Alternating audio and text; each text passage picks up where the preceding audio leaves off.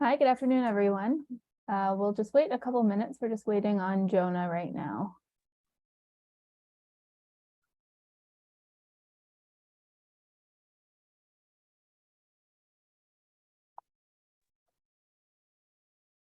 There he is. Hello, all. Sorry, Hello, everyone. I guess technically on time. Yes, you're perfectly on time.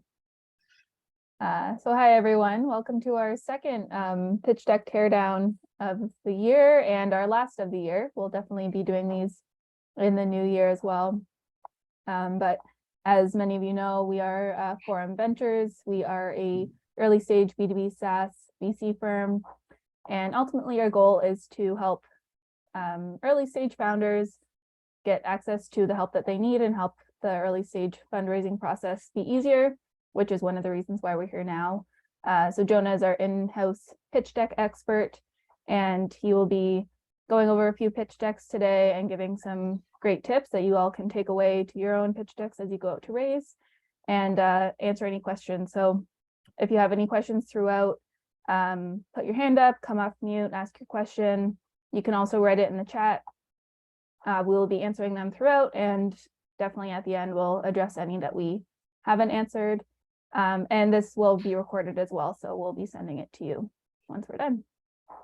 So I'll kick it over to Jonah. Do you have the decks up, or do you need me to present? I do, but what we're going to do is we're going to have our lovely founders pitch them first. Okay, so first off, everyone, welcome. Thanks so much for the time. As Maggie said, we're Forum, and this is what we do all day. We help founders like you build businesses and fundraise. I know how hard the journey is. I've done it a couple times, and the market obviously hasn't made it any easier. So, congratulations on taking the plunge. What we're going to do today is the first thing we're going to do is we're going to have the founder pitch in 3 to 5 minutes, just run through your deck.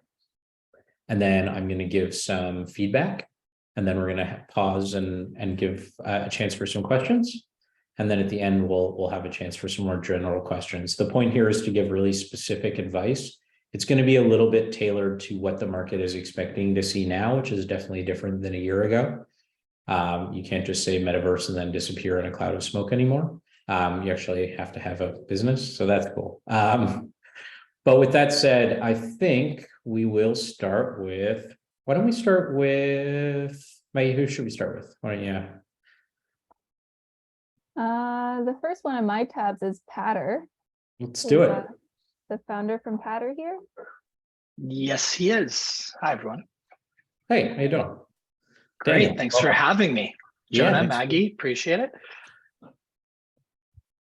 Awesome. So yeah, Daniel, would love to have you do 5 minutes max, run through your deck, and then I'm going to give you some feedback, and we will go from there. Awesome. Let's jump into it. Can everyone see my screen? We got you. Perfect. Okay, my name's Daniel, co-founder of Patter.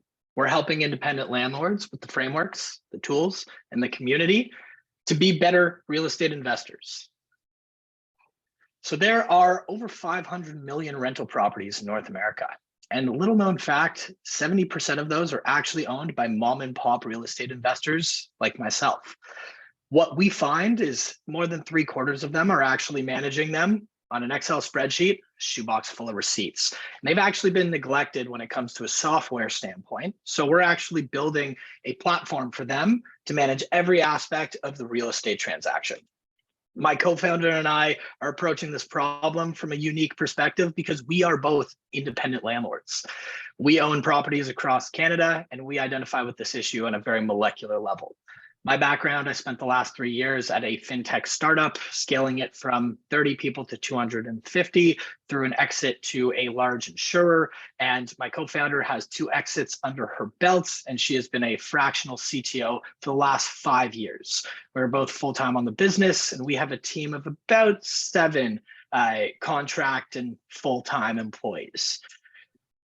So being an independent landlord is a headache. You have to deal with tenants, finding them, maintaining the infrastructure of your rental, as well as financing it and actually being able to report on it at the end of the year. So there's a ton of disjointed touch points here that are truly archaic, and we hope to bring those all under one roof. How we are doing that is with one seamless app. So we are going to market with tenant screening, landlord loans, and credit building. And we plan to vertically integrate all the way through the real estate process to allow landlords to seamlessly manage their property from one portal. So at launch, we have already partnered with a embedded mortgage provider, an insurance provider for tenant insurance, landlord insurance, and rental guarantee programs, as well as a embedded lender to help with renovation and repair loans for the landlords. And then as we get further into our journey, we hope to build a more robust suite of products for both our tenants and our landlords. As you can see, we have more products on the mid to long-term goals here. Our mission is to help fight the housing crisis. We want to empower landlords by giving them high quality housing, and by allowing them to provide high quality housing through Patter's intuitive tools, frameworks, and communities. What we find is when you get over a couple hundred units, you end up having a very robust process in place for things like bookkeeping, paralegals, rent collection, tenant screening. We want to take those industrial grade tools and democratize them for the independent landlord. To date, we are building a house, and we've built a strong foundation. Plumbing, electrical, HVAC is all top of the line, but we've slapped on the cheap finishes. We're working with a small cohort of landlords to figure out what that intuitive design looks like and feels like with our front-end developers and our beta testers. We've established partnerships, as I mentioned, across insurance, lending, and more, and we actually have more than 200 units signed up. And we have partnered with the largest business podcast in Canada called the Canadian Real Estate Investor Podcast. And we are working with them to build a community around real estate investing for aspiring and current real estate investors to help them learn, collaborate, and connect. I'm talking like 2001. So if you are not on mute, can you please throw yourself on mute? Thank you. The landlord market for independent landlords specifically is quite large. So as I mentioned, over 70% of the rental real estate is owned by independent landlords. There's more than $100 billion of these landlords that self-manage collecting rent every year. So building a B2C business in a pandemic, very difficult. Distribution channels and getting our cost of acquisition down is the key. So first and foremost, as I mentioned, those community pieces, we are building forums on our website to help landlords collaborate, learn, and grow their portfolios, as well as hosting events across the country at no cost to the independent landlords. They can come, network, and educate themselves on what it means to be a great landlord. We are establishing partnerships across as many different real estate verticals as we can. And we've already been in contact with a number of realtors about allowing them to use our tools to screen tenants, market it as a way for them to go to these independent landlords that they work with and give them a little extra comfort when managing their properties. The landscape in Canada, we have found that all the software here goes up market very quickly. People focus on the multifamily developers, think Starlight, think Boardwalk, or they focus on the property managers. No one wants to go after the little guys. Similar to what we're seeing in insurance and SMB banking, we are trying to change that narrative. The stat that gets us really excited is 25% of millennial homeowners are also landlords.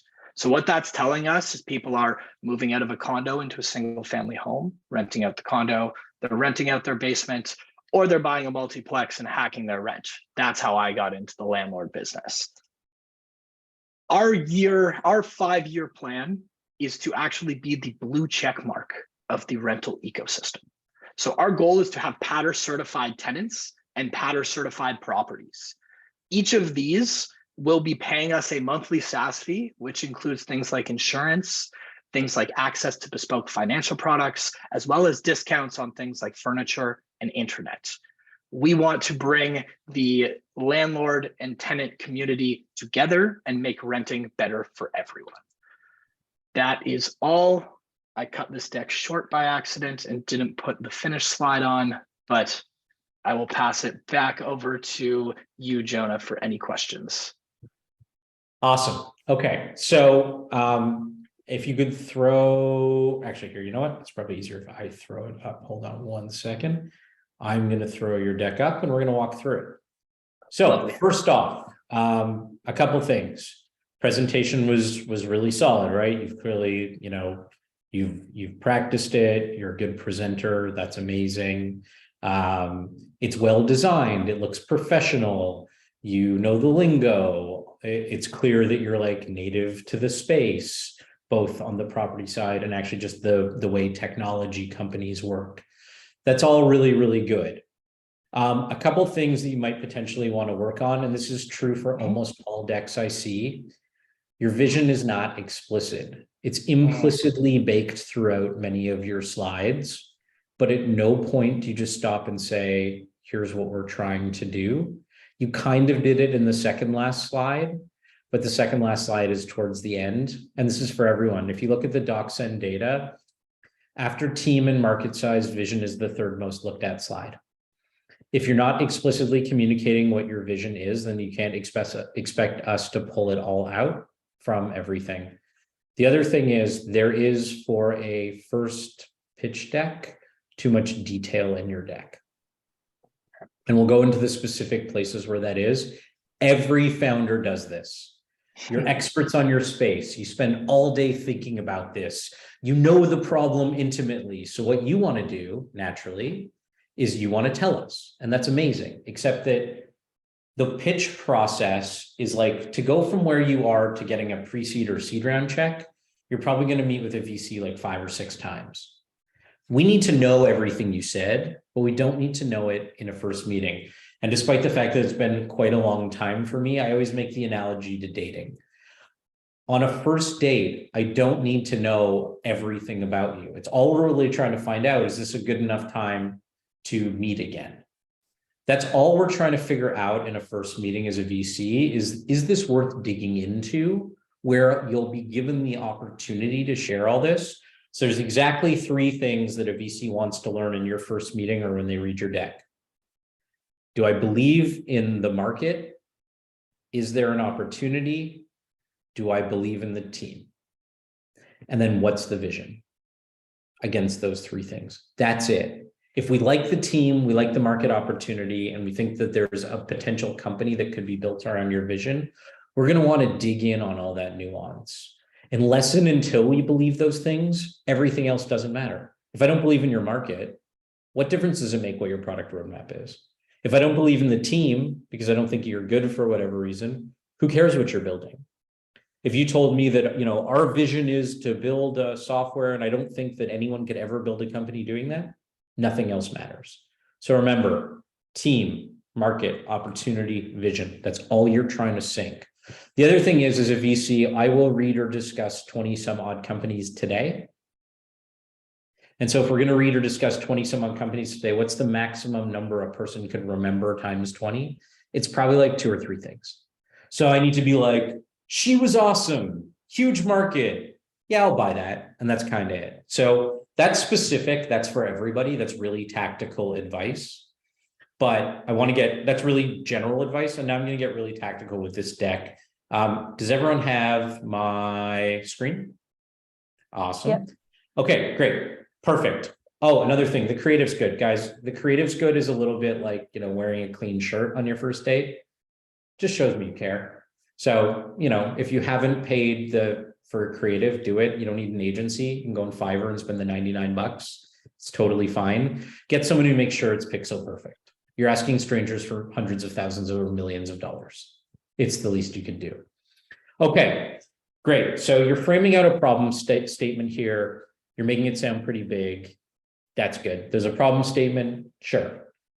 Makes sense. Canadian founders, and I say this as someone who's speaking to you from Toronto, if you're pitching to US VCs, basically you want to remove mentions of Canada where possible. They're more than willing to fund Canadian founders. They want it to look like a US deck. So even just the mention to Toronto here, it's a little thing, put in New York. When I was running companies from Canada, I used to put a picture of the Golden Gate Bridge next to my pricing slide, and now everything costs 35% more. So you just want to think about doing stuff like that. It's stupid, but it doesn't matter because again, VCs are like mostly pattern matching finance humans.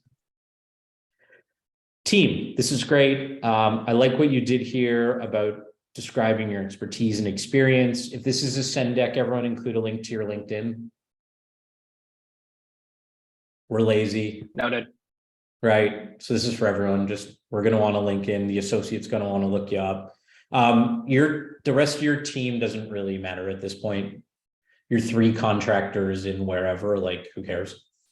You know, so again, it's just more information than I need. If I don't think you and Claire are good, then who cares who you hire? You know what I mean? You need to think that you and Claire are awesome. I think you did a really good job of that. From a narrative arc perspective, you actually do something here where you go problem, team, problem.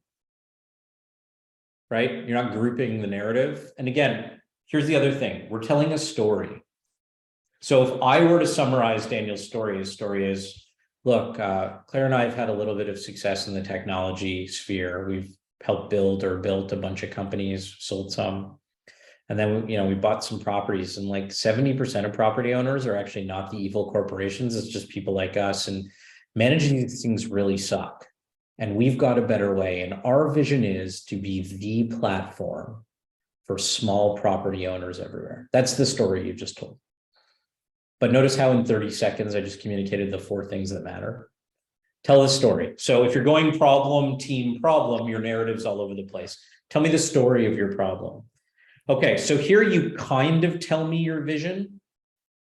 One-stop shop, single platform, all of these words all blend into this great mush of nothing, because no one's ever started a company and been like, we'll be one of 8 platforms that solve this problem. Every single founder is like single source of truth, one-stop shop, end-to-end workflow is another one that's on my personal hit list. All of these words are meaningless. They don't mean anything even to you. This is where your vision should go. So what is your vision? Your vision is to be the thing that landlords use to, or whatever. What is the thing? What is the benefit? And that's it. All of this features, or I guess epics, for those people who are both pedantic and product people, congratulations. I don't care yet. And then also there's lots for me to quibble with on this, right? Like I could be like, there's companies just dedicated to more, because I don't know anything. And so you don't want to give VC something to argue about, because if there's anything we love, it's like, we love being condescending know-it-alls. Just check Twitter. And so, like who hasn't had a VC argue with you about something that like 10 times more? It's annoying. So just don't give things to argue with. Less is more for this first meeting. All of this is like, there's big companies in every single one of these spaces. Absolutely.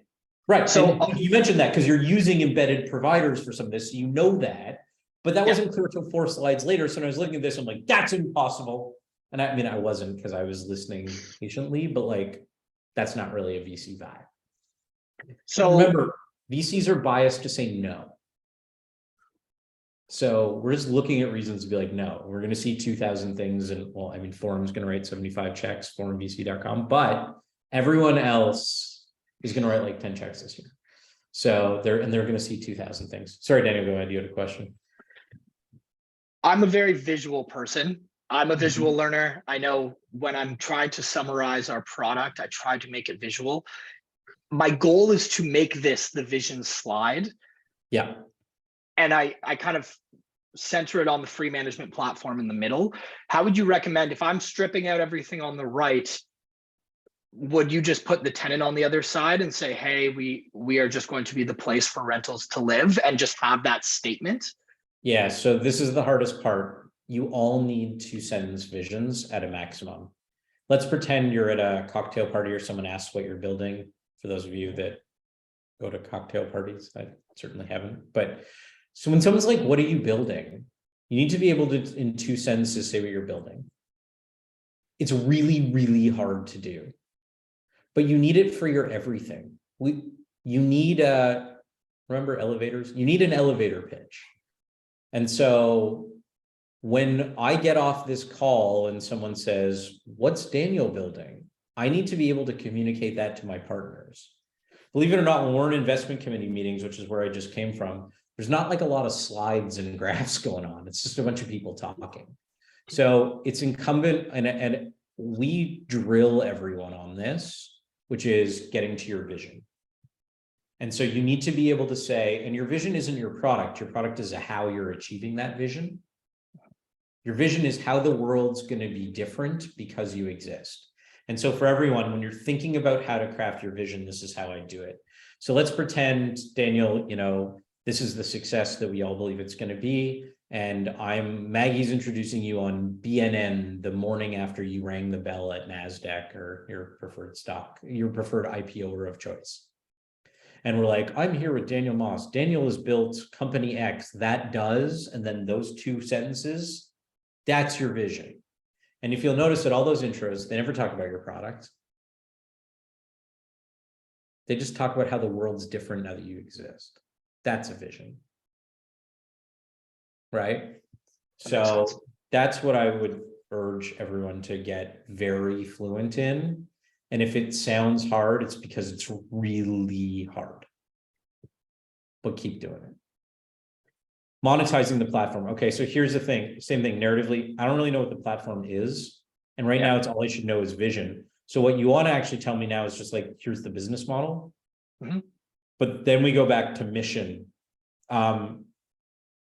So part of this is actually vision, really, which is you're going to empower landlords to do this better. Right. And then yielding some benefit. But that should be traction. So you're underselling this, I suspect. But again, I don't really know what 100 units signed up means. Are they paying? Is it beta? What are they doing? Be very specific with traction, especially now. Traction is what VCs are valuing almost above all else at this point. So like, are they paying you? Are they not? You said 100, now it's 200.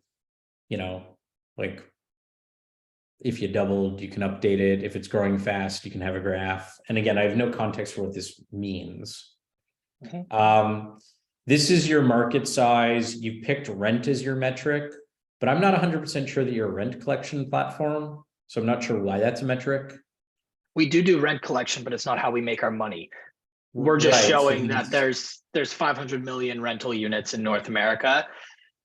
I just opted for the dollar value associated with that. They're right. And what I'm saying is market 100%. value is like what you could capture. So if there's 500 million units and you could get $30 a month a unit, then it's like 360 times 500 million. That's your market, right? Yeah. If you're not sure, just do the bottoms up of like, who could you sell? What would they pay you? Because that's always justifiable. And by the way, this is also hard. I once got thrown out of Sequoia for a terrible market slide. Real story. I didn't feel stupid at all. Okay. So finding distribution channel ROI, no idea what relevance this has. Also, you mentioned that you're a B2C platform. We get a lot of pushback when we say B2B. Most of our landlords manage their properties as a second job. So you could either have a landlord that's incorporated or a landlord that is independent. Doesn't matter. We get a lot of pushback because we are effectively acquiring customers at a B2C rate. That being said, our whole business model is predicated on acquiring one landlord. On average, they have 5 properties or 5 units, and on average, they have 8 tenants. So there's actually an exponential acquisition curve that I would argue is B2B, but we get a lot of pushback on it. Okay, yeah, I mean, so I would then just stay away from B2C, like I would just stay away from picking either term and just be specific about what you're doing. Same thing, you talk about business model here, but then channels here. So what I would have is business model and go to market. And again, how you're acquiring people, like I don't care yet really, like what your ROI is. The ROI for every company raising money at seed is negative. And you know how I know that? You're raising money. If your ROI was positive, you wouldn't need to raise money because you'd be profitable. That's what venture is for. Negative ROI things in the beginning, funding the J curve. So I know everyone's like, I need to know the unit economics. At pre-seed, if a VC is asking you about the unit economics you have to date, run. They might ask you about the unit economics at scale, but like what possible unit economics do you have? You don't have units. It's stupid. Similar thing about this. So I would tell you what a good competition slide looks like, but I've never seen one. All of these suck. So this one sucks at an above average rate. Thank you. They're all terrible. No one's ever solved it. I guess we'll all just keep doing the same stupid 2x2 graph thing as an industry. So good for us. Very innovative. We're going to do the same thing badly for 10 years while mocking everyone else. The other thing is you're US validated. Again, if you're pitching notionally, I'm a US VC. I meant Trinity Bellwood, so very US of me. But if you're a US VC, you're going to want to just make it assumed that you're a citizen of the world, which therefore in their world makes everything American. Americans think everything is American. You don't need to mention it. Sorry, Americans. That's just what you're like. Jonah, sorry, just want to do a time check. Yeah, it's all good. A lot of this was general stuff. We'll get through the next ones in 15 each. Okay, and then this blue check mark's so hot right now. I would stay away from any of these kind of like, we're the Uber for, any of that kind of stuff. I know what you're doing. Particularly something that people might have mixed feelings on. And again, I don't really know what this means. This is part of business model. If you're a SaaS platform, in your business model, there needs to be one slide business model, one side go to market. That's it. And then yes, you need we're raising X with your email, but you know that already. Yes, I intentionally didn't include that here. Yeah, it's fine. Okay, so that was great. So I hope everyone did stuff. The next two we'll do in 15 minutes each, because I'm not going to go through the 4 things and the stuff VC like. Maggie, with that said, can we do the next one? Sure. I see Jesse from Fluency on my screen. Jesse, you ready? Super ready. Awesome.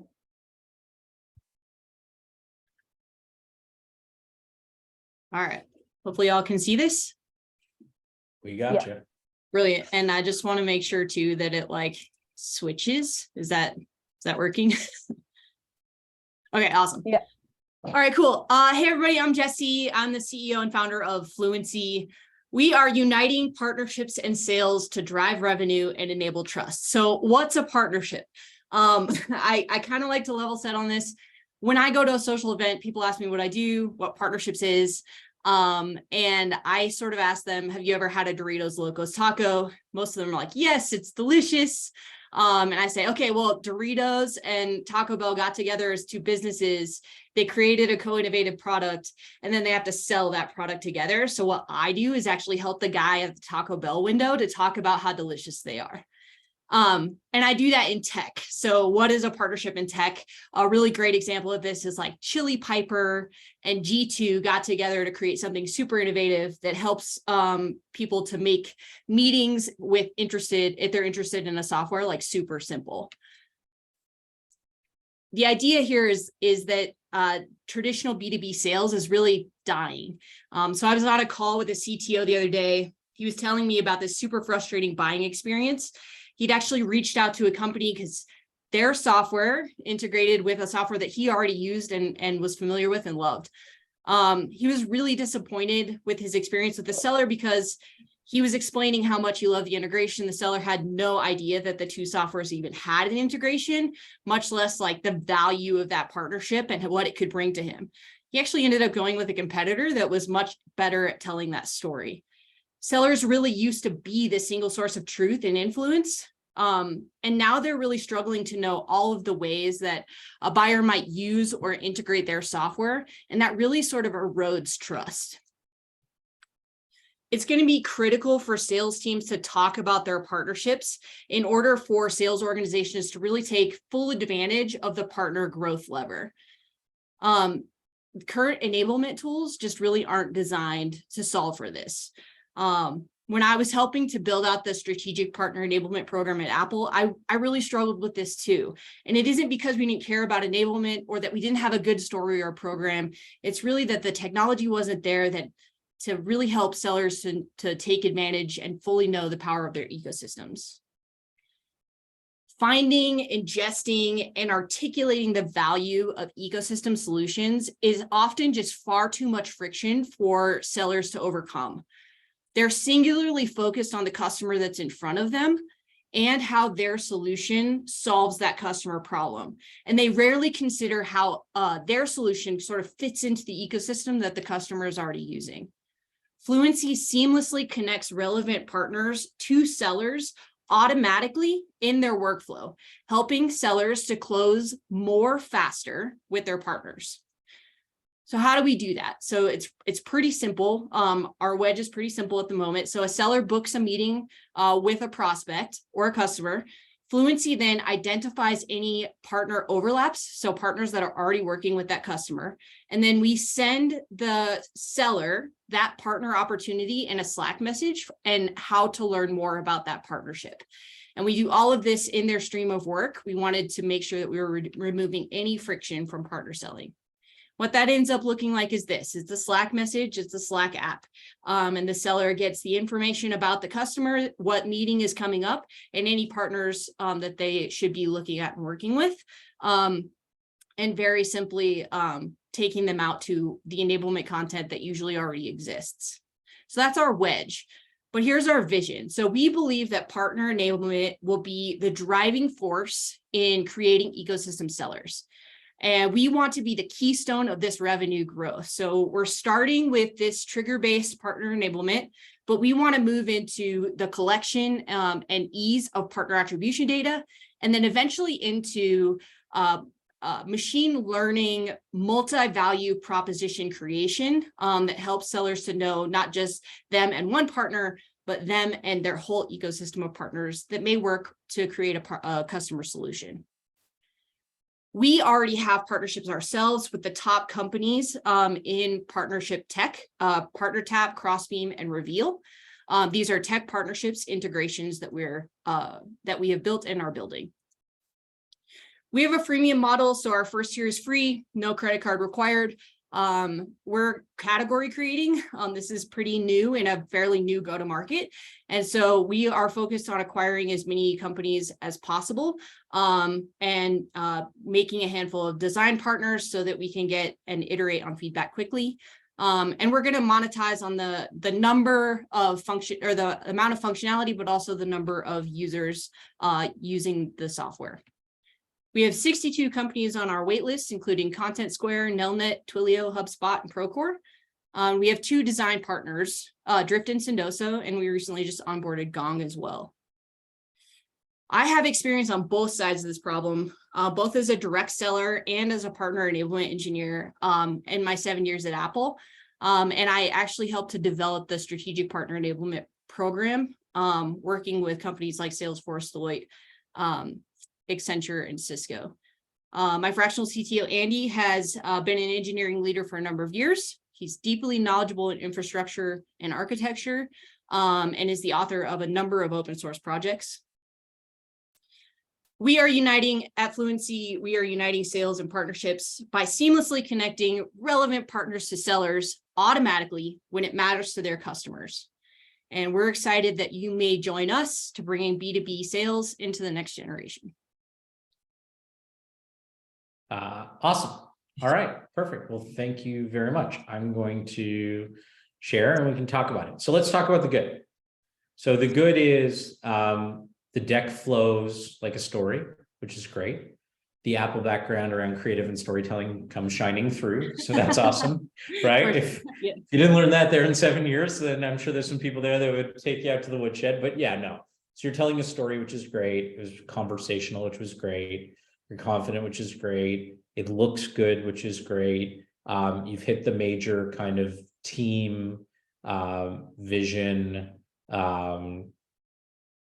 Okay, so that's what was great. So what are some areas to be improved? The market opportunity size is probably very obvious to you, not obvious in this deck at all. Okay.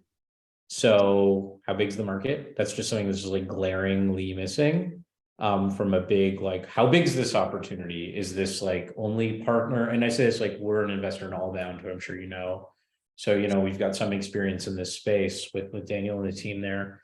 But like, how big is it? Is this just partner channels? Is this going to eat sale? Like, you don't make it clear, you know, you say like all sales will be this, but what does that really mean? What is the universe? And a bottoms up is probably the best bet. Like, who are all the potential customers and how many of them are you that can spend $1,000? But our true market size would be really important to understand because it's not obvious. Yeah, so I didn't, the 3 to 5 minutes, like the deck that you have there in front of you on DocSend is longer than the deck that I just showed you. So Okay, the great. 3 to 5 minutes Perfect. is like If condensed. you're doing a cut down, market size is one of the things I would include. Okay, yeah, One of the perfect. biggest ones. Okay. I went so back let's and go through- forth. Yeah, no, it's hard, right? Okay, so this makes sense. I'm not sure that there is a group of VCs that might not appreciate the Taco Bell example a great amount. Okay, Again, can you say more? yeah, VCs are arrogant, and that example is simple, and the first one kind of explains it. So I would stick to tech examples. It's not a big deal. I just know that Sure. the wrong kind of person, like I never care about this stuff, but the wrong kind of person could bristle. And Okay. you're trying to make a deck that's as palatable to everyone as possible. I also don't think you need it. I think Okay. this pretty much clearly explains in Okay. terms of what you get. This is great. So starting off with a problem statement or a headwind change or a new world is always great. This is great because I would source this on the bottom in small print. Oh, I thought it was on there. Yep, I'll get it back on there. My bad. Yeah, just in general, if you're going to pick up a number, just source it. Yeah. It's a Oh. McKinsey number, so Yeah. sorry about that. Yep. Same thing here, but this is all, oh, no, it is here. Never mind. You got it on there. Okay. Great. So statement, awesome. The vision. This was the one where I got lost. Okay. So same thing. So 2 sentences, 3 sentences of English. This machine learning multi-value propositions. I don't know what that is. Okay. I just don't. I'm sorry. Yeah, I don't know that's what fair. it is. Yeah. And I might not need to know what it is, but I don't even know what that achieves. Okay. I get overall what you're trying to do. And again, obviously, like I said, between all bound and all this stuff, I get it. But really, like some of this is a product roadmap, not a vision. The machine learning, sure, but that's a how, not a what or why. And what I really want to know in your vision is like, what's the $10 billion company you're building? And so sales enablement for partnerships will be the keystone of B2B revenue growth. It's like, so our vision is Fluency will be the keystone of B2B revenue growth by using sales enablement for partnerships that will replace traditional, all the VCs are seeing that like all of our Gong and Sales Loft stuff is like just falling off a cliff. Like no one wants that. Mhm. So I think it's pretty clear that there's a new paradigm coming. You need to be able to explain in a couple sentences how your vision maps that new paradigm without a graphic. You can also have a graphic, but again, this is what we do when we haven't figured out how to say our 2-sentence vision. We have put in a roadmap, and you've seen it now in 2 straight decks.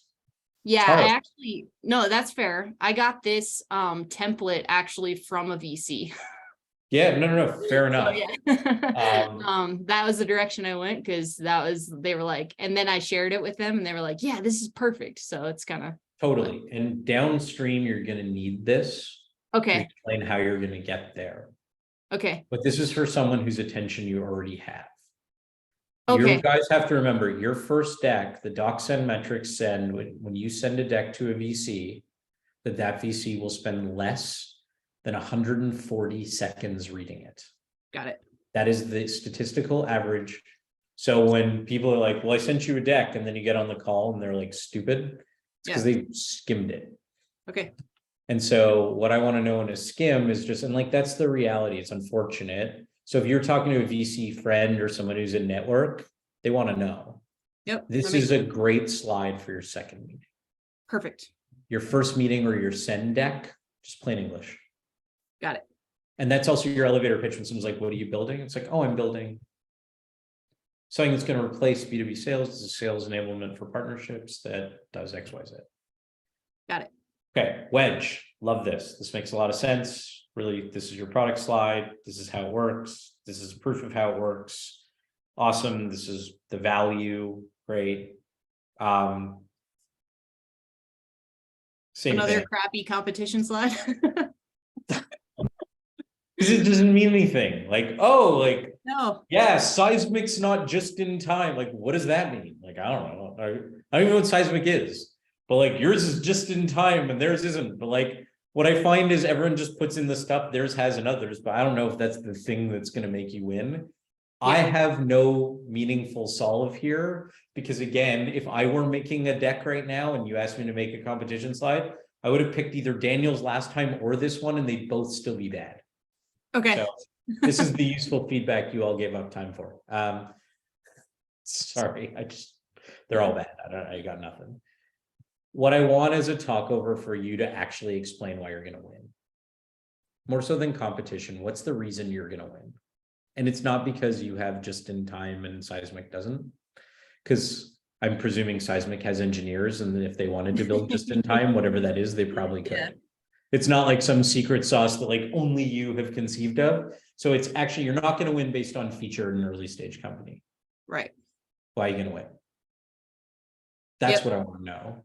Okay. And these slides never really tell you that. Okay. Market.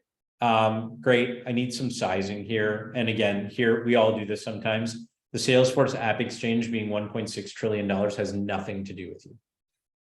You're in sales, they're in sales, but like some of the stuff there is like CDP enrichment platforms are sold through the Salesforce App Exchange. You're not competing with that. Like that number includes a huge number of things, some of which have nothing to do with you, all of which plug into core CRM. Oh But- yeah. So it wasn't, it's, I was more just talking about partnerships as like a real market, not Right, necessarily like things that I would be in the Salesforce marketplace. It's more just like that Salesforce has created an ecosystem that's driving a $1.6 trillion economy. That sentence is one you could write down Okay. because that's what you're trying to say. But that's That not is what what you I'm say trying to here. say. You're It's just not- saying Yep. Salesforce has this big, and if you sent this to me and you weren't in front of me, I'd be like, okay. What you're really trying to say here is Microsoft has 95% of their revenue driven by partners. Salesforce has created a $1.6 trillion partnership economy. The partnership market is currently X and is growing at X rate, Yes. projected to be X McKinsey, whatever, right? Yeah. That's a Yep. market slide. Got it. VCs love nailing you on market. Yes. It's because we're dead inside and we don't know what you're talking about half the time. So this is like numbers. It's like, yeah, we have Excel, so like that's the thing we can tell you about. So, we're adding value. You really just need the one slide. Just Again, one. MarTech, not you. Just how you got these numbers. Because you're not MarTech really. Bottoms up's your best bet. You're category creating. No one knows how big your market is, including you. How many companies could buy this at $1,000 a month? Yeah. There are 17 million companies selling B2B stuff that use partnerships. If they each paid us $1,000 a month, we'd have $17 billion. Yeah, I have that slide too in a different deck. And this is the thing is that everybody's got different feedback about it. I have a Yeah. bottoms up slide and I got bad feedback on it. So I put in this slide and So if that's the case, then do both. okay. Right? Because certain VCs like each. The problem here is my last company was a MarTech company that I founded. This isn't MarTech, it's sales tech. Yeah. And- So that chief MarTech link that's down there, Yeah. he includes partner tech in MarTech. Right, but like not clear. And no one's ever clicking that link. But we'll yell at you if it's not there. So have fun with that. Okay. Fundraising's fun, right, guys? No, so like you want 8 opinions, ask 4 VCs. But yeah, so the point is, just market sizes has to be super nailed in because it's one of the things we care about the most. Got it. Because you're going to talk to VCs like, well, I invested in HubSpot and that's not,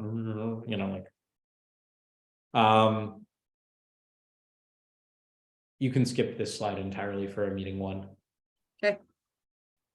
These slides are great to demonstrate your expertise, but not in the first meeting. We just want to know the other things. Got it. These partnerships are great, but I'd prefer a slide on go-to-market telling us how you're going to sell. If Okay. this is your primary driver, awesome. But I don't really understand what your go-to-market motion is at all. So I don't know why these partners are relevant. Got it. If you're like, this is going to be our primary driver for X reason, and we already have traction in those channels, amazing. without context, this is kind of hard to understand a little bit.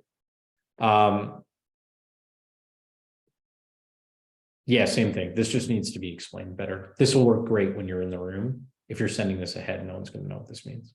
Okay. This is a very good example of how to monetize. If I knew nothing and I read this, I'd be like, I understand how you make money. Great. Yeah, this is good. Also, explaining the design partnerships a little is typically good, but that's fine. This is good. I'd also move this forward a bit, but it's good. Okay, and this one also, like, yes, your LinkedIn. A note on fractional people. This is always hard. You're going to get 5 different opinions on how to do fractional. Some VCs hate when you list fractional like this, even though you specifically call out that it's fractional, because they're like, fractional people cannot be founders, so why are they on the founder line?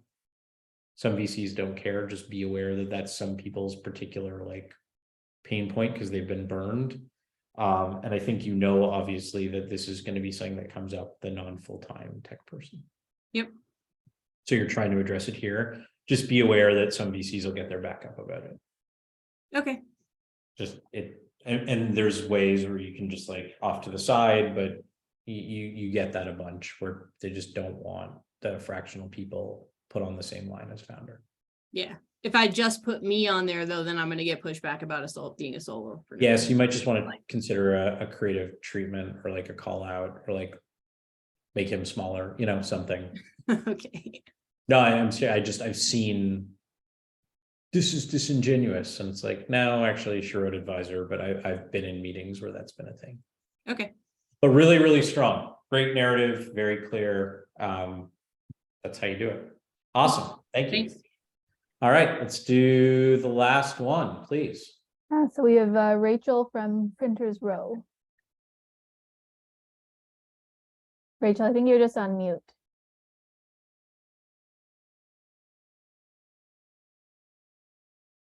Sorry, still falling for that, we're 2 years into this Zoom world.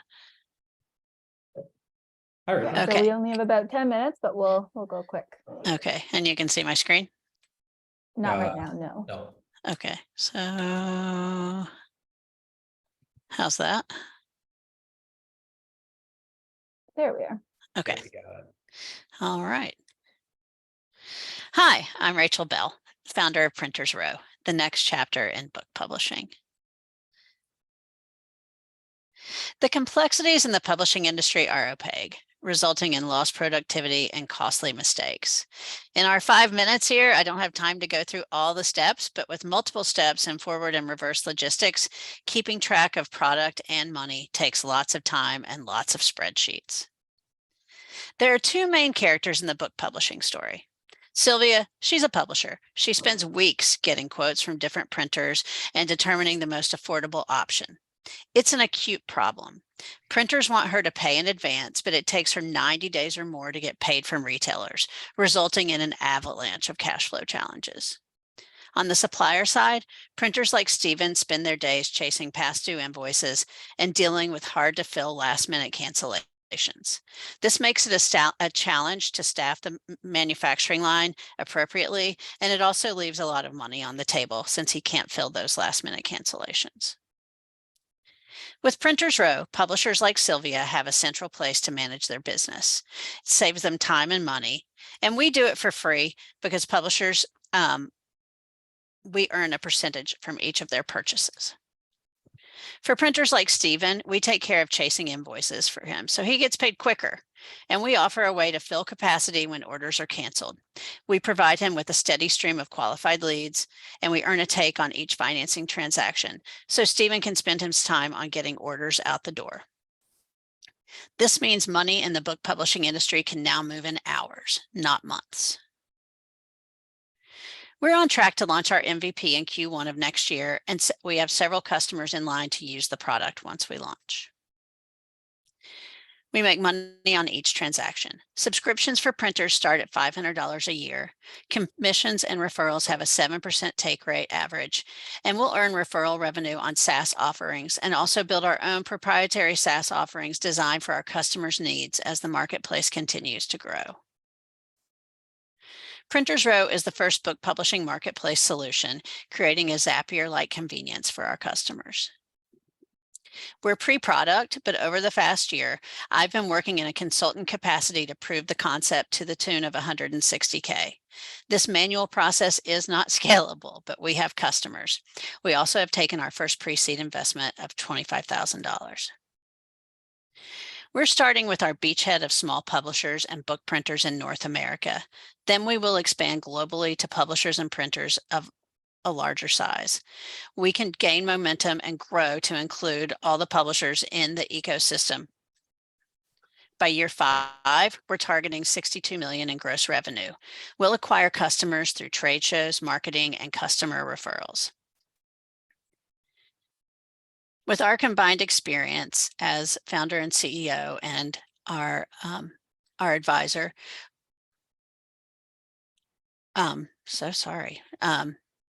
we are the team to build and grow Printers Row.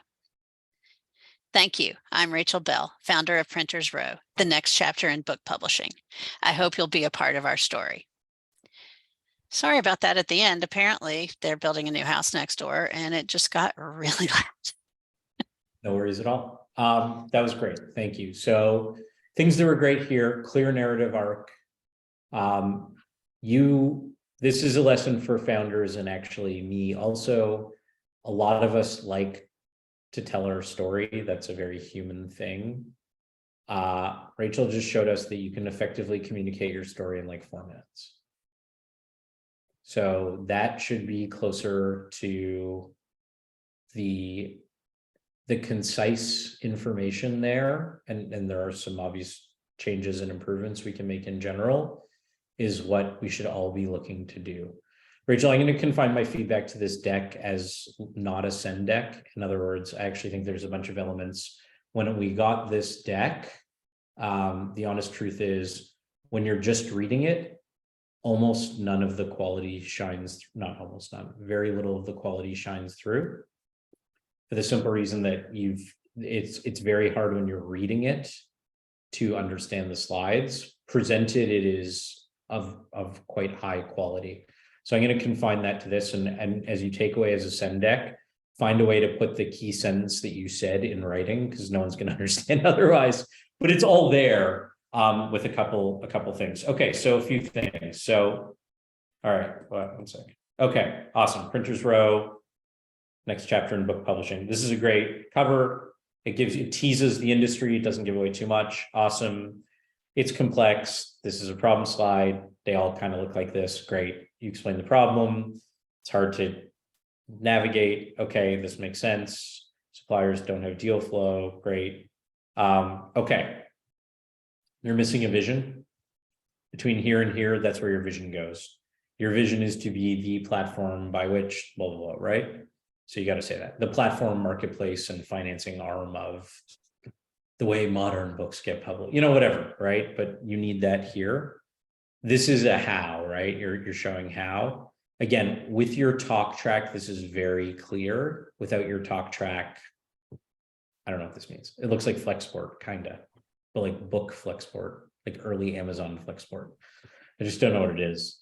Same thing, like I got nothing. So again, the talk track though nails it. So just take that one sentence that made it clear and just write it down as a subhead. Also, you'll get space back if you kill that Printers Row thing on the bottom. You don't need that. Oh, Like your website and the page number. It just takes up valuable space for no reason. This was a pitch deck I used to someone that requires that you number. Yeah, sure. I mean, yes. But yeah, you don't need any of that. Great. Simplify the process. Road ahead is clear. Okay, great. That makes sense. Yes, I would be just really careful. Again, VCs get their back up about, and the reason why is, well, actually, I guess everyone's in the news, when you hear things like FTX and you realize why VCs get their backs up about things that aren't 100% true, that's why. It's because every VC has been burned, and you're not trying to do that here. Again, verbally, you were very clear that it's not software revenue. But if you're sending this, just be very clear. Otherwise, you'll get on a meeting and like 20% of VCs having a bad day are just going to light into you. Okay, so I If have your a question. product doesn't have Yeah, traction. right, You've got proof of concept that people want this service. right. You don't have traction on a product. I have a question for you there about the revenue. So that's gross. Do you think you specify that it's gross revenue? Well, it's GMV, it's gross marketplace value. Okay. So there's a specific metric for that. David Sachs probably gives the best description, or Lemkin. Either one of those guys is, if you can stomach the tone, the content and information is incredible. I prefer Jason's tone. No comment. Anyways, so yeah, brilliant guys and really great resources for the industry. So I just be really careful there. Multiple revenue streams. Again, this third one, you clearly like haven't really developed that yet. You don't need to put it down if you haven't, right? Like subscriptions plus finance is fine. Competitive landscape. Some of these, like a VC is going to have a hard time understanding what this has to do with LegalZoom as an example. Again, these are all products that people use. This. Yeah. This is the third bad kind of competition style. Well, hey, at least you got 3 different examples today. Right. For But like, everyone. I don't know how this, like, I know LegalZoom reasonably well. Like, I don't know what it has to do with any, like, and some context is needed here. What you want to explain is, and this could be something as simple as saying, here's how it works now. Yeah, that's exactly what it is. Okay, So thank you for that. Say that, right? Like, here's the process now, and there's still this white space in this one thing, unless there's direct competitors. Yeah, just explaining this number. I think it's good that you specifically reference Amazon, because that's going to be a lot of people's question. It's like, doesn't Amazon do all that? It's like, so explain where those numbers came from, but you can do that verbally. I would not have guessed this was nearly this big a market, but again, I don't know anything. So that's great that it is. Okay, a note on these financial projections. These are not useful. Okay. Unless specifically requested, because they all look the same. Okay. Every single one is like, by year 7, we have $100 million. And I was like, okay. But because that's what you're supposed to write. But like, if I told you that you'd only have $40 million in revenue in year 7, would you be okay with that? And the answer is like, yeah, that would be great. So yeah, I know you're trying to say you're going big. You don't need to do those. These are fine. I wouldn't necessarily send these out with the divisions, but yeah, I removed it from the one I just did for you. Yeah, and then same thing here. I linked to your LinkedIn, and this is a specific case where your advisor, I wouldn't give equal billing, a part-time non. In the previous example, right, like Jesse's part-time person was literally laying down code. It matters, right? So if someone is building the technical product, that person has got a ton of experience and is a CTO running Kate's, like that's real stuff. I'm not saying this advisor isn't brilliant and real. I'm just saying no one's going to believe that a commercial advisor is going to materially be a reason to invest or not. She's trying to answer a question. This is unneeded information. Okay, well, that brings up a good question, because you talked about fractional. So right now he is our fractional COO. And someone else said, well, just call him an advisor. And then, so yeah, I'd love your take fractional on that. Business side people, we just don't care. Okay. Like, okay. Again, and she's trying to answer the question of who's building it, Right. which is a question she's going to get 100% of the time, which is a question you're also going to get. So the reason why, I don't want to speak for her, and Jesse, feel free to chime in, but I suspect that they're like, cool, awesome, you're amazing, you worked at Apple, who's writing the code? And she's like, that guy. Cool, great, asked and answered. That's You great. need that guy, girl, person, whatever. Okay. What I want to see, if you've got someone fractional who's building it, either, but a fractional business side advisor, doesn't matter. Okay. Thank you. Every company has fractional business side advisors at this stage. You're just not Okay. relevant. Unless they're like literally like the CEO of if the head of book publishing at Amazon put in 10 grand, tell me, otherwise, whatever. And again, that's no disrespect to Lou, who might be a literal titan in your industry. I don't know your industry. Yeah, I think what I was trying to do, and I'm sure you understand the challenge of a marketplace, I was trying to show that we have talent on both sides of the market. So I come from the publishing side. I know it still doesn't matter. Really what they're going to care about, the gap for a VC is going to be the CTO. Okay. Not the second side of the marketplace. Okay. Who's also an advisor. So yeah. That's a better thing to put here. Okay. I know we're over. I can go 15 minutes over for anyone else who wants to stick around and answer some questions. Sorry for going a little too long, but just want to make sure we got to everything. So for anyone who wants to stick around, we're open for 15 more. Thanks so much, Jonah. I really Thanks appreciate it. Thanks for being brave. These are hard enough to do. Well, fundraising is just fundamentally this like morally brutal process. But, well, we did it once. Now we just brave. need to do it a bunch more times. That's right. Just like 6 more times and you're good. All right, Maggie, I know we had a bunch of questions. Why don't we open up a few and then we'll take a few live. Yeah, sure.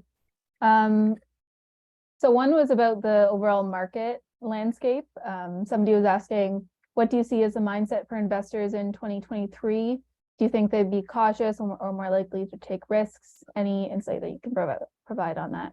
So 2 things. One is we just published a report, which Maggie will drop the link into, where we actually surveyed a whole bunch of VCs on this.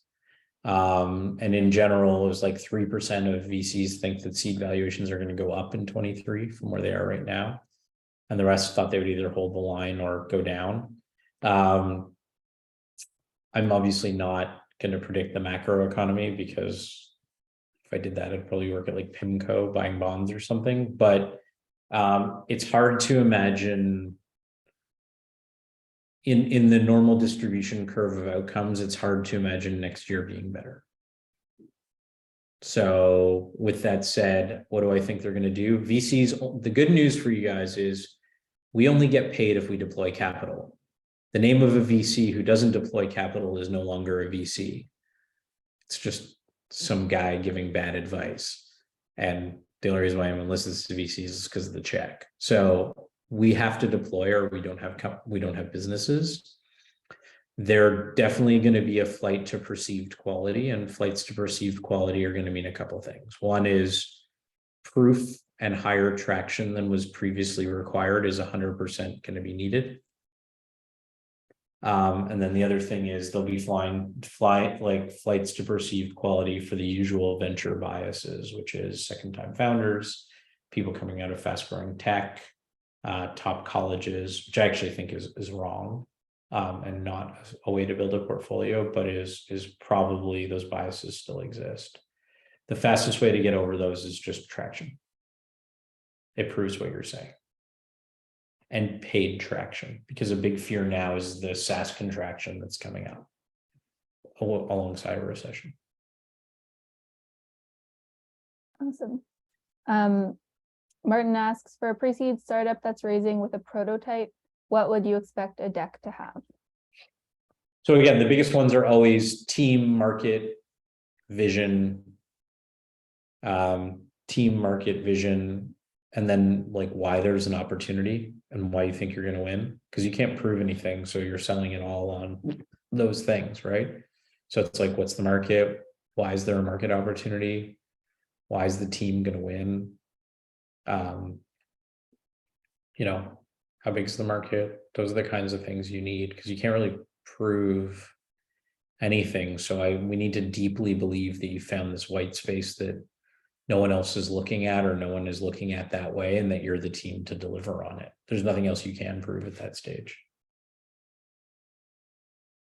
And is there a competition slide that actually works? Do you have opinions on how to communicate that? So all jokes aside, a lot of these competition slides work when you guys are in the room because you're experts on the market, right? So if Daniel was in the room and had a competition slide, and once he's explaining it, he knows the market, so then it makes sense. So when I say they're all bad, what I mean is sent ahead of time, no one reads those things because like, what could you possibly get out of that without the talk track? The only time it ever works is when you can like show a flow chart of like, this is what is using now, or literally explain in words why the existing stuff doesn't work. I've literally seen it nailed only a couple times in unique circumstances. It's almost impossible to just send a slide of logos ahead of time with like 30 companies with no context and have anyone understand how your vision is different. So you just got to get good at talking through it. But literally talk through it. It's not the feature set. It's like, well, actually, these other ones are used, and Daniel, one good example he did was like, well, these other ones are actually used for like professional landlords, like this is their job, so like enterprise things. No one's really targeting. That was actually the piece of the competition I heard today that was the single best piece of competition. But no, I mean, one of our advisors, Nick Mehta, has like a whole bunch of jokes on these. He's always like, those 2x2 things is always like a big company you're not worried about, some irrelevant people, the people you're really worried about, you. Like that's kind of, but no, there's no good way to do those. Unfortunately, I know that's not helpful, but it's also true. Michael just asked, with the funding slide from Printers Row, where it explains what the investment amount would be used for. Is that appropriate for a pitch deck?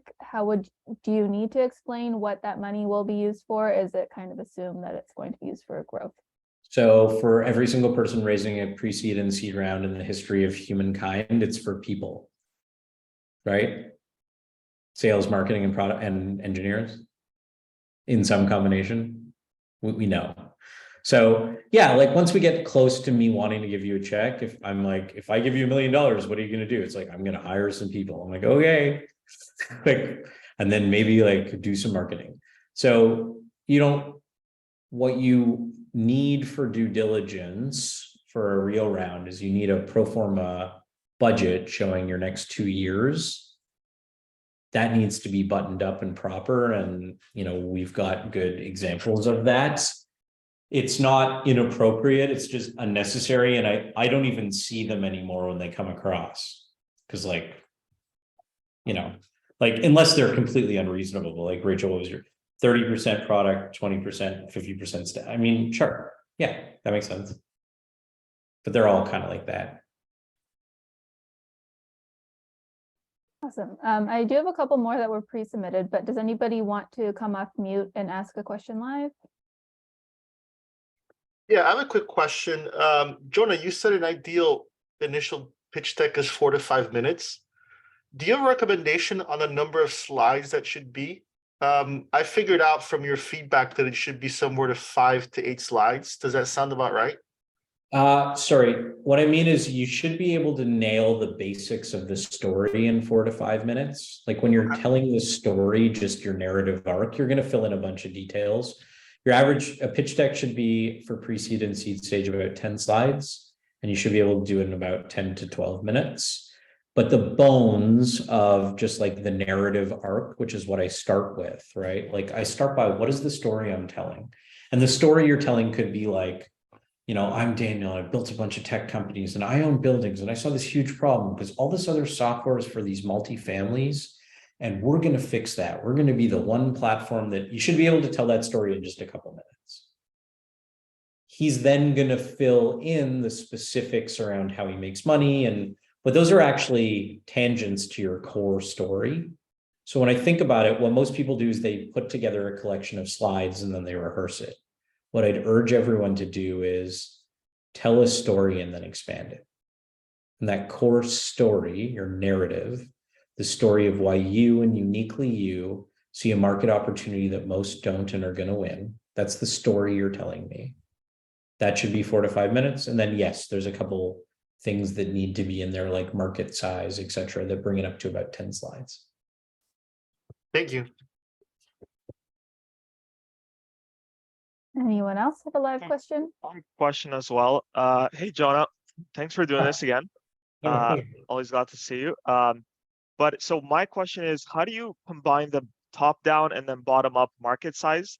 So for my example, the top down would be how much companies spend on campus recruiting, specifically networking events, all these campus events. But then I also have from customer interviews an idea of how much they're willing to spend per month for my software product. Yeah, so I mean, there's a bunch of ways to lay it out, but you can literally just like top down is usually from someone else, right? It's like McKinsey says there's a 7, so you can be like, McKinsey says, and then, you know, or $70 million source McKinsey, and then you can be like, we estimate there are 48,000 companies source Zoom info that do this. We estimate they will pay us $10,000 each, making and that's your slide. And it gives them 2 numbers. How do you combine the top down and bottom up? So you literally just, the top down is going to be from someone else. You just write it. And then the bottoms up, you just say, there's this many companies source. We estimate their ACVs will be X, yielding a market of Y. Pretty, So that would like, be 2 slides? you can put it all in one. You can also just have the other one. So there's this other trick that we do that you just have an appendix of like 6 or 7 slides that you're not using. And so when someone's like, well, I think the market, and you'll be like, that's a great point, Dave. If you look at our bottoms, and then you just pull it up. And then you seem like you're on top of it or whatever. So for a lot of these slides that I said are unnecessary, like I called out that there were a couple slides like you don't really need this. Jesse's ecosystem slide. I'm like, you don't really need this. But when a VC is like, well, how does that work in the ecosystem? Be like, that was a great point, Paul. And then you like show the ecosystem slide.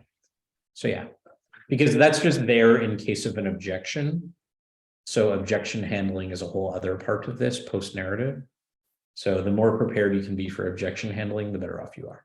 You will get objections. How you handle them is usually whether or not you're going to win or lose the deal. Well, thanks so much. Yeah, my pleasure. Maggie, I think we got time for one more. We can do One it more? live or yeah. Somebody has a live one, we'll take that. All So right. I'll step up if that's okay. My name is Mike Mikowski, and I just wanted to go back to the question about the funding slide that we brought up that Printers Row had incorporated. And so they explicitly listed the amount that they're seeking in the round, which I thought was beneficial. I would expect to be beneficial for a VC. So you talked about splitting it out. It's not necessary because pretty obviously you're going to spend it on mostly people. But do you feel that it's still a good idea to have the slide in the deck for informational purposes? Yeah, generally. I think a lot of people just didn't do it today because like Daniel's doing this as a demonstration. So like doesn't, you know, like if I want to talk to him about how much he's raising, I'll text, you know what I mean? Like Right. I don't speak for you, but I imagine that was the thinking. That's why in a lot of these scenarios in the public forums, you don't see it. Generally, we either see, and I also try and stay away from like raising a pre-seed, raising a seed, because that means so many different things to different people, especially now. So like, yeah, I typically, to your point, you just write like, yeah, I'm raising $1 million. Well, that's helpful. That helps me know how much money you want. Right. Okay. All right. So Generally speaking, yes. don't box yourself in, but give the person that you're just pitching to an idea of how much you're looking for. Yeah, the VCs want to know if it's a fit for them, right? Because if someone comes to me and be like, I'm raising $18 million, they'll be like, that's awesome. Mm-hmm. There's nothing I can do to help you. Yeah, good luck. Right. Great. That's awesome. Money is awesome. Like we write, you know, $250 to like $1 million checks. I want to know if it's a fit for me, all that good stuff. Yeah. Thank you. Amazing. Awesome. I think that'll do it. Yeah, thanks everyone for joining. This session will be sent to you, the recording. So if you have any other questions, you have my email, you can send them over and I can forward them to Jonah. But thanks to our presenters and for all of you for your time. Take care. Thanks, guys.